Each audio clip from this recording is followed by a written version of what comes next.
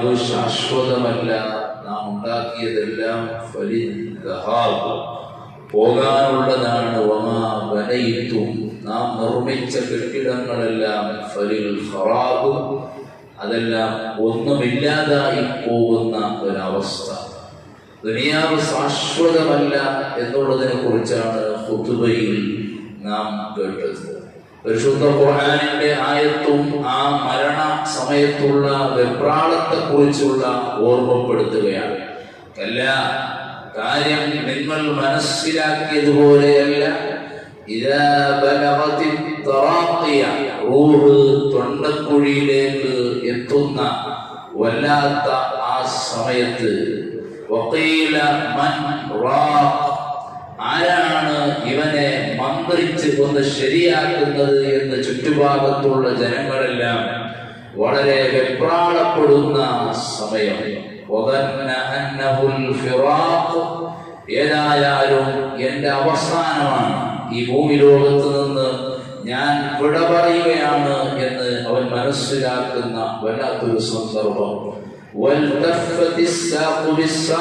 അവന്റെ കണ്ടങ്കാല് പരസ്പരം അടിച്ചുകൊണ്ട് വളരെ വെപ്രാളപ്പെടുന്ന ആ ഒരു വേദനാജനകമായ ഒരവസ്ഥ നബിയെ തങ്ങൾ ഓർക്കുക, അനുയായികൾക്ക് പറഞ്ഞു കൊടുക്കുക. ഇലാ റബ്ബിക യൗമൈദിനിൽ മസാഖ്, ഏതായാലും അവനെ കൊണ്ടുപോകുന്നത് അവന്റെ തങ്ങളുടെ റബ്ബിന്റെ അരികിലേക്കാണ്, അവൻ മടങ്ങുകയാണ്. ഈ ഒരു സമയം നിങ്ങൾ ഓർക്കണം. ആ ഒരു സമയത്തിനും അതിന് ശേഷമുള്ള ജീവിതത്തിന് വേണ്ടിയും നിങ്ങളെല്ലാവരും ഒരുങ്ങണം എന്നാണ് ഖുതുബ ഇന്ന് നമ്മെ പഠിപ്പിക്കുന്നത്. നാം എല്ലാവരും എപ്പോഴും അങ്ങനെ അറിവുകൾ ഉണ്ടാക്കിയെടുക്കുന്നവരായിരിക്കണം.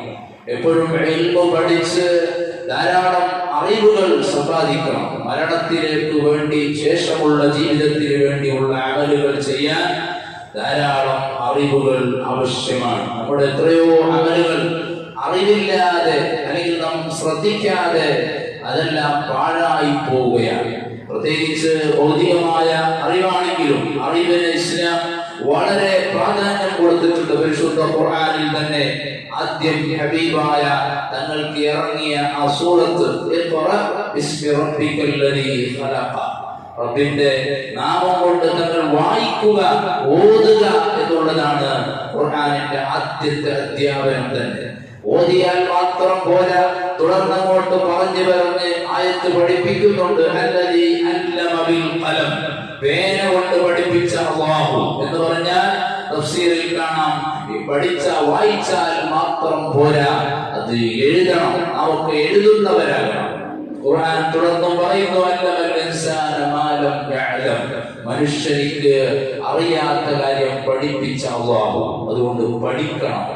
ഞാനിത് പറയാൻ കാരണം നമ്മുടെ മുസ്ലിം സമുദായം ഭൗതികമായ അറിവിൽ വളരെ പിന്നോട്ടാണ്. നാമൊക്കെ സാമ്പത്തികമായി കഴിവുള്ളവരായാൽ പലരും ചെയ്യുന്നത് നമ്മുടെ മക്കളെ ഒന്നിരിക്കലോ ഡോക്ടറാണ് അല്ലെങ്കിൽ എഞ്ചിനീയറാണ്.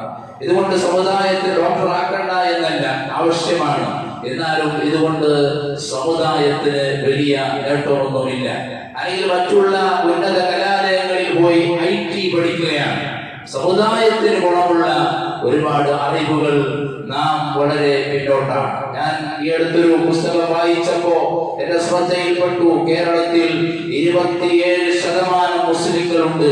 പക്ഷേ അതിൽ ഉന്നത വിദ്യാഭ്യാസമുള്ള അല്ലെങ്കിൽ IPS IAS പാസ്സായ എഡ്യൂക്കേറ്റഡ് ആയ ആളുകൾ വളരെ പിന്നോക്കമാണ്. ഒരു സംസ്ഥാന ഗവൺമെന്റിന്റെ ഭരണം കാര്യമായി നിയന്ത്രിക്കുന്നത് ഒന്ന് മുഖ്യമന്ത്രിയാണെങ്കിൽ മറ്റൊന്ന് DGP ആണ്, മറ്റൊന്ന് ചീഫ് സെക്രട്ടറിയാണ്. ഈ മേഖലകളിലെല്ലാം മുസ്ലിങ്ങൾ വളരെ പിന്നോക്കമാണ്. 21% മാത്രമുള്ള നായർ എന്ന് പറയുന്ന സമുദായത്തിലെ ആളുകൾ എത്രയോ ചീഫ് സെക്രട്ടറിമാരുടെ പേരുകൾ നമുക്ക് കാണാം. മുസ്ലിംകളിൽ ആരും അങ്ങനെയില്ല. ഈ അടുത്ത് ഒരു മുസ്ലിം സെക്രട്ടറി മാത്രമാണ് വന്നിട്ടുള്ളത്. പക്ഷേ IAS റാങ്കിൽ അതിനും മേൽക്കൈയുള്ള ആളുകൾ വന്നപ്പോ അദ്ദേഹത്തെ മാറ്റി. അതുകൊണ്ട് നമ്മുടെ സമുദായം ഭരണത്തിൽ സ്വാധീനം ചെലുത്താൻ വേണ്ടി, നമ്മുടെ ഭാവിയുടെ ഇന്ത്യയുടെ രക്ഷക ഇസ്ലാമികമായ കാര്യങ്ങൾ നാം പങ്കുവഹിക്കാൻ വേണ്ടി നമ്മുടെ മക്കളെ അങ്ങനെയുള്ള മേഖലകളിലേക്ക് പഠിപ്പിക്കാൻ വേണ്ടി നാട്ടിലുള്ള രക്ഷിതാക്കൾ പ്രത്യേകം ശ്രദ്ധിക്കണമെന്ന് മാത്രമല്ല, ഉത്തരവാദിത്തപ്പെട്ട എത്രയോ സംഘടനകൾ, ഇസ്ലാമിക സംഘടനകൾ, മുസ്ലിം സംഘടനകൾ നമ്മുടെ നാട്ടിലുണ്ട്. അങ്ങനെ ഉന്നതമായ ഒരു കഴിവുള്ള ഒരു വിദ്യാർത്ഥിയെങ്കിലും നമ്മുടെ നാട്ടിൽ IAS IPS പാസ്സായ ആളുകൾ, അത് വലിയ അധ്വാനമൊന്നുമില്ല. നിങ്ങളുടെ കുട്ടികൾക്ക് മെഡിക്കലിൽ അല്ലെങ്കിൽ മറ്റുള്ള കലാലയങ്ങളിൽ സീറ്റ് കിട്ടുകയാണെങ്കിൽ അതിനർത്ഥം നിങ്ങളുടെ കുട്ടിക്ക് ബുദ്ധിയുണ്ട് എന്നാണ്. അത്രയും ബുദ്ധി IAS പാസ്സാവാനൊന്നുമില്ല, അതിന് കൂടുതൽ അധ്വാനം വേണം എന്ന് മാത്രം.